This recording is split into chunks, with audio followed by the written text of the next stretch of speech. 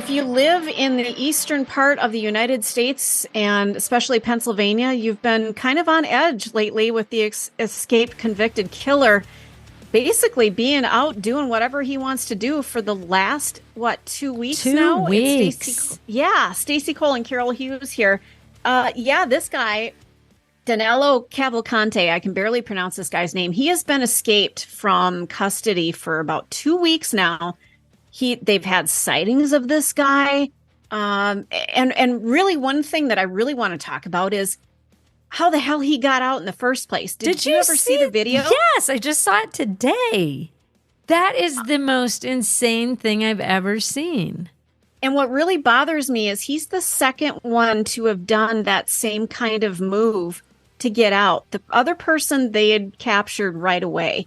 Like they saw him do it, they grabbed him, it was done. But they didn't fix this error in their whatever construction of this prison so that it couldn't happen again. And this guy is obviously in great shape. He basically scaled the wall, like climbed it using Kind his of hands like and crab-like. He put his Yes. hands on one wall, his feet on the wall behind him, and then with his, the front side of his body facing the ground, he Yeah. climbs up using both his legs and on his hands on one wall and his feet on the other wall. How did they not put some razor wire up there or something?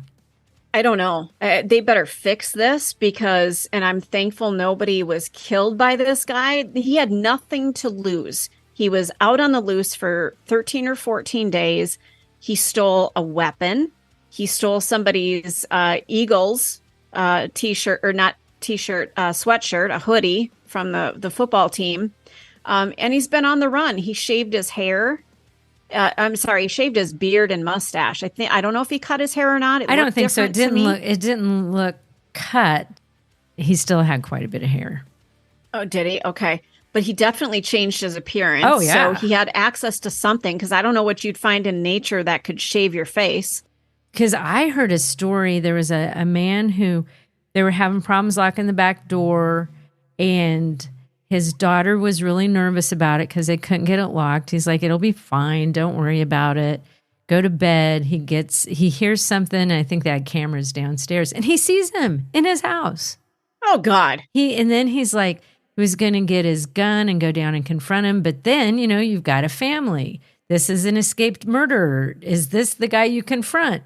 So he ended up turning on some lights or something from his phone and spooking the guy, and he ended up leaving. Whoa. Could you imagine? No. Or like he went to some people he used to work with, went to their houses, and they've got video of him on their Ring doorbell. And it's like, okay, I used to work with Danelo, but I sure as shit ain't opening the door for him. Like, Well, no. nobody, who would help this guy? It's like, And that's something they're going to have to figure out, Carol, because for him to have been on the run for 14 days, humans need food.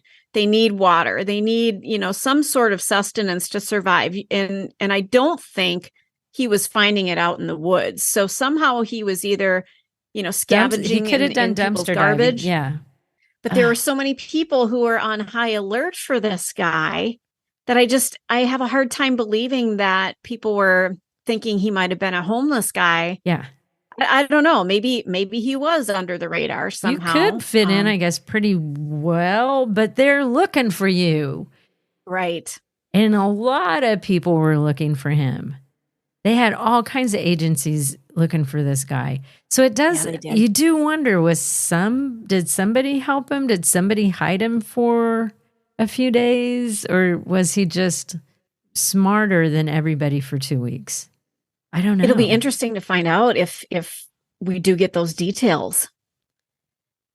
Because they probably have an idea, is my guess. But like this guy killed 2 people. His girlfriend, which he was convicted of, but then there was a case in Brazil where this guy's killed somebody there. So how did he even end up here? Was he a illegal immigrant? I'm not sure of what his history is. It's a really good question. I only know about, the fact that he got out, that he's extremely able, like Spider-Man, able to scale walls and got out. And who knows? Does he have any military experience? Is that how he survived out in the woods? I don't know. But thank God for dogs. Yes, a police dog had been deployed. They were using thermal imaging technology to track him down. Sounds like there was a thunderstorm in the area, so the plane that was using this technology had to divert. But they did track him down. They found him. They discovered him asleep. He had a rifle that he was sleeping on, and he was caught off guard. They deployed a police dog, and the dog apprehended him, thank goodness. And thankfully, the dog was not harmed. It sounds like he has a scalp injury from the encounter with the dog, but no other injuries reported to any officers, anybody nearby. And it sounds like they're going to keep him in state police custody for an extended period. He's going to undergo a medical evaluation, and then they were going to transfer him to a state correctional institution to continue to serve his life sentence. It is crazy, like the fact that he did not kill anyone, because this is a person I don't think who would hesitate to kill someone. No, especially he's desperate at this point. Yeah, he had nothing to lose. I mean, what's another person's life? He's already taken 2. He didn't want to be in jail. He didn't want to be in prison. Like I said, he had nothing to lose. He could have just offed anybody he found. Was he a fugitive, though, from Brazil? In an interview with the New York Times, Cavalcante's mother defended her son's actions, asserting that he had killed his fiance, after she allegedly threatened to inform American authorities about his status as a fugitive wanted by Brazilian police. So that makes me think that he got into the country illegally. Because if you're a fugitive, they're not going to be like, yeah, you're the person we want in this country. It's hard enough to get in here anyway. So that makes me think it's illegal. Yeah.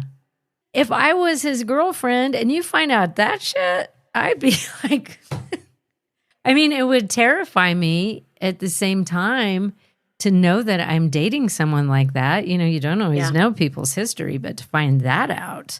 The mother defended her son's actions.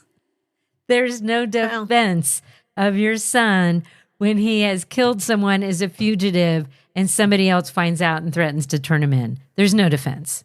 Sometimes a mother's love is blind. You're locked into the Hidden Killers podcast. Want more? Start binging on all of our true crime podcasts right now through Apple Podcasts and get an ad-free experience when you sign up to be a True Crime Today Premium Plus member exclusively on Apple Podcasts. More of the Hidden Killers podcast dropping soon. Press subscribe now.